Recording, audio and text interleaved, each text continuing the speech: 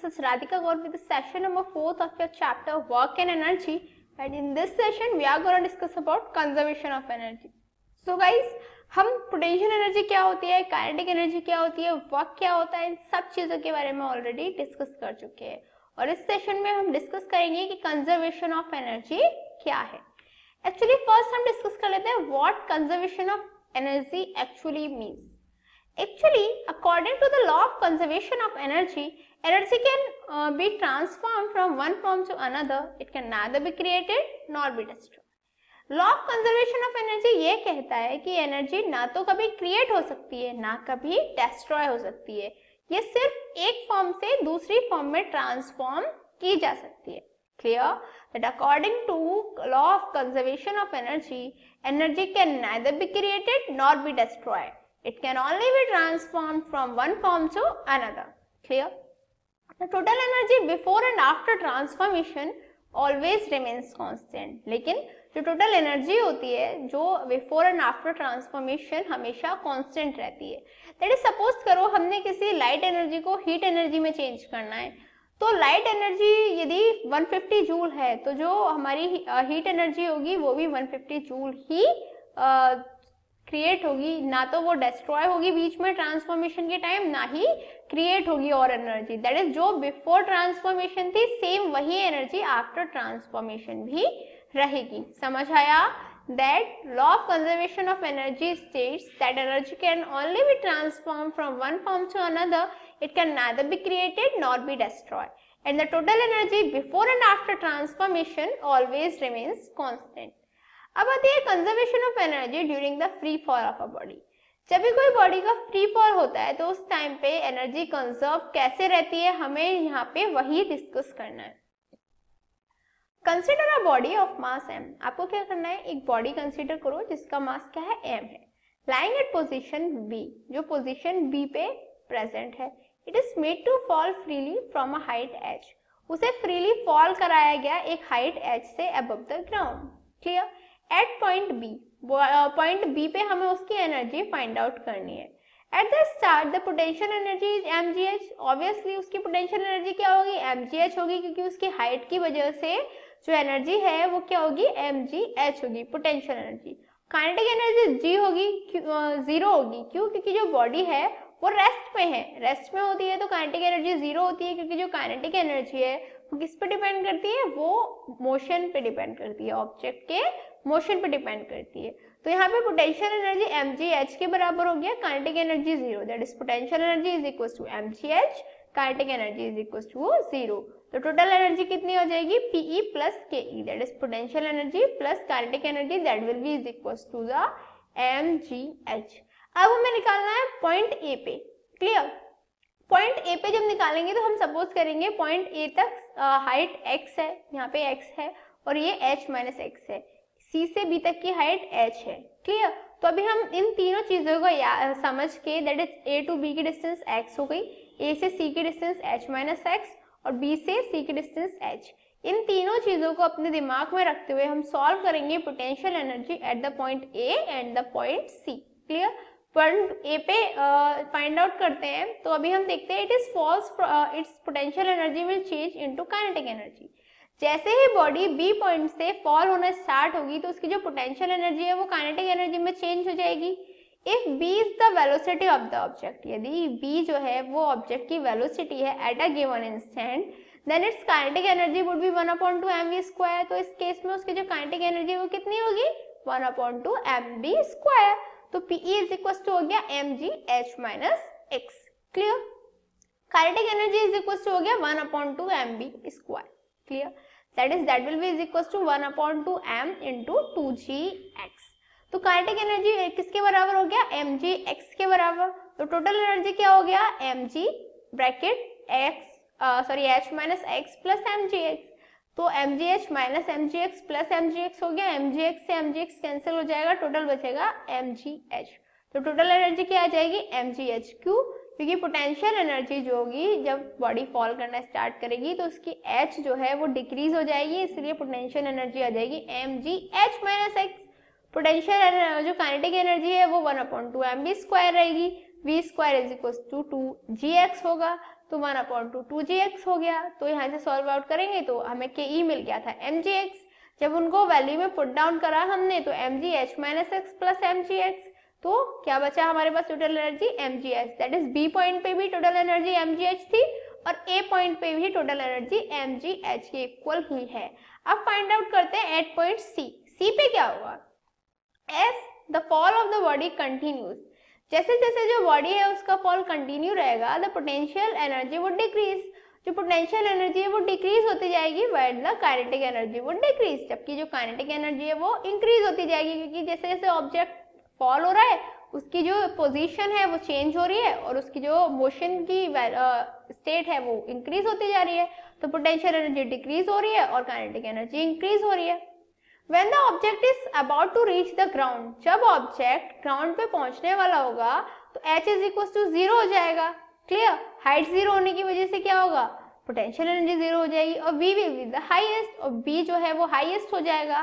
Clear, तो क्या है यहाँ पे देखो पोटेंशियल एनर्जी 0 हो गया, क्योंकि mgh फॉर्मूला होता है pe का h 0 हो गया तो पोटेंशियल एनर्जी 0 हो गया। काइनेटिक एनर्जी 1/2 mv स्क्वायर के बराबर होता है, दैट इज 1/2 mv क्या हो गया 2gh। ठीक है, तो 2 से 2 कैंसिल हो जाएगा, that will be is equal to mgh, तो टोटल एनर्जी क्या आ जाएगी 0 plus mgh is equal to mgh। तो हमने देखा पॉइंट ए पर भी टोटल एनर्जी mgh थी, पॉइंट बी पर भी टोटल एनर्जी mgh है और पॉइंट सी पर भी टोटल एनर्जी mgh है। Thus the sum of potential energy and kinetic energy of the object would be same at all point, her point पे जो पोटेंशियल एनर्जी है जो काइनेटिक एनर्जी है उनका जो सम है वो क्या है, सेम है, that is PE plus KE is equal to क्या है, कांस्टेंट है, that is mgh plus 1/2 mv square is equal to constants, and this is the law of conservation of energy. Clear, तो अभी बात आती है क्वेश्चन की, that the potential energy of a freely falling body decreases progressively. कोई भी freely falling body है उसकी जो पोटेंशियल एनर्जी है वो प्रोग्रेसिवली डिक्रीज होती जाती है। Does this violate law of conservation of energy, क्या ये law of conservation of energy को वायलेट करता है? Why? You have to answer that. Actually, it is true that the potential energy of freely falling body, or we can say freely falling object, decreases progressively. हाँ, ये exactly correct है कि जो potential energy होती है किसी भी freely falling body की वो decrease होती चली जाती है। क्यों? क्योंकि potential energy position की वजह से होती है। जब कोई बॉडी फॉल होती है तो उसकी पोजीशन में चेंज आता चला जाता है, पोजीशन में चेंज आने की वजह से क्या होगा, उसकी जो पोटेंशियल एनर्जी है वो डिक्रीज होती चली जाती है। But as the object falls down its speed increases, लेकिन जैसे ही ऑब्जेक्ट नीचे गिरता है उसकी स्पीड भी तो इंक्रीज होती चली जाती है ना, that is kinetic energy of object increases progressively. इसका मीनिंग क्या हुआ? इसका मीनिंग ये हुआ कि जो ऑब्जेक्ट है उसकी जो काइनेटिक एनर्जी है वो प्रोग्रेसिवली इंक्रीज होती चली जा रही है। क्लियर, जैसे पोटेंशियल एनर्जी तो डिक्रीज होती जा रही है बट उसी के साथ साथ जो काइनेटिक एनर्जी है वो इंक्रीज होती जा रही है, दैट इज उसकी जो एनर्जी कंजर्वेशन है वो कांस्टेंट है। Is that clear? That we can say that the law of conservation of energy is not violated, और ऐसे ही हम कह सकते हैं कि जो law of conservation of energy है वो वायलेट नहीं हो रही, because the decrease in potential energy results in the increase of kinetic energy, क्योंकि पोटेंशियल एनर्जी में जितना डिक्रीज होता जा रहा है उतना ही काइनेटिक एनर्जी में इंक्रीज होता जा रहा है। दैट इज पोटेंशियल एनर्जी एक फॉर्म से जो एनर्जी है वो एक फॉर्म से दूसरी फॉर्म में चेंज तो हो रही है बट जो वैल्यू है वो सेम है, दैट इज एनर्जी कंजर्व्ड रह रही है। क्लियर? नेक्स्ट क्वेश्चन है, if a body falls from a height because from ground bounce from ground and again goes upward with loss of a part of energy, how will its potential energy change? क्या है, कोई भी एक body है जो एक height से fall होती है फिर वो ग्राउंड से अगेन बाउंस हो जाती है और ऊपर चली जाती है with the loss of a parts of its energy, और उसकी जो एनर्जी का एक पार्ट है उसका लॉस हो जाता है। आपको ये बताना है how will its potential energy change, उसकी जो पोटेंशियल एनर्जी है वो कैसे चेंज होगी, आपको ये बताना है। What are various energy conversions taking place, कौन से अलग अलग एनर्जी कन्वर्जन्स हो रहे हैं आपको ये बताना है। And what will be it's ultimate energy, जो भी हमारी बॉडी है उसकी अल्टीमेट एनर्जी क्या होगी आपको उसका भी आंसर देना है। So let's start to giving the answer of this question. Actually when it strikes the ground its potential energy is 0, जब वो ग्राउंड को स्ट्राइक करेगी तो पोटेंशियल एनर्जी 0 हो जाएगी क्योंकि हाइट 0 हो जाती है ग्राउंड पे आके, and after bouncing it's potential energy gradually increases, और जैसे ही वो अगेन बाउंस होगी तो उसकी जो पोटेंशियल एनर्जी है वो अगेन इंक्रीज होना स्टार्ट कर देगी. Clear that when the body strikes ground, its potential energy is zero, and after bouncing, its potential energy increases gradually. At the time it strikes the ground, it has maximum kinetic energy. जिस time पे body ground को strike करती है उस time पे उसकी जो kinetic energy होती है वो मैक्सिमम होती है. And after it's bounce it's kinetic energy starts into changing in potential energy, और जैसे ही वो बाउंस होती है तो उसकी जो काइनेटिक एनर्जी है वो पोटेंशियल एनर्जी में चेंज होना स्टार्ट हो जाती है. Clear? The ultimate energy remains constant at any point of time during the motion, और लेकिन जो उसकी अल्टीमेट एनर्जी है वो हमेशा कांस्टेंट रहेगी at any point of time, किसी भी टाइम पे देख लें ड्यूरिंग द मोशन. मोशन के टाइम पे हम किसी भी पॉइंट ऑफ टाइम पे देख लें, जो अल्टीमेट एनर्जी है वो हमेशा कांस्टेंट ही रहेगी. समझ में आ गया? Then when the body strikes ground, its potential energy is zero, and after bouncing, its potential energy increases gradually. And at the time it strikes the ground, it has maximum kinetic energy, and after it bounces, its kinetic energy starts changing into potential energy. The ultimate energy remains constant at any point of time during the motion. By the way, it's a time for challenging question mark, and today's question is, if a ball drop from a height 10 meter, यदि कोई भी ball है जो 10 metre की height से drop करती है, what will be the velocity at the surface of the earth? तो अर्थ के सरफेस पे उसकी वेलोसिटी क्या होगी? You have to answer that, and your time start now. 1, 2, 3, 4, 5. Time's up. So have you answered this in your mind? Let's check out. Actually, mass of ball, that is m is equals to 2 kilograms है. Height हमें given है 10 metre, g हमें given है 10 metre पर second square.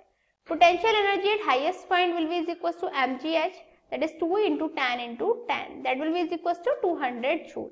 Now, according to the conservation of energy, 1/2 mv square is equals to क्या हो गया? mgh. तो अभी हमें क्या करना है? हमें इस फॉर्मूले में वैल्यूज लगानी है. उसके बाद जब आप फाइंड आउट करोगे तो जो वैल्यूज हैं वो इक्वल आएंगी.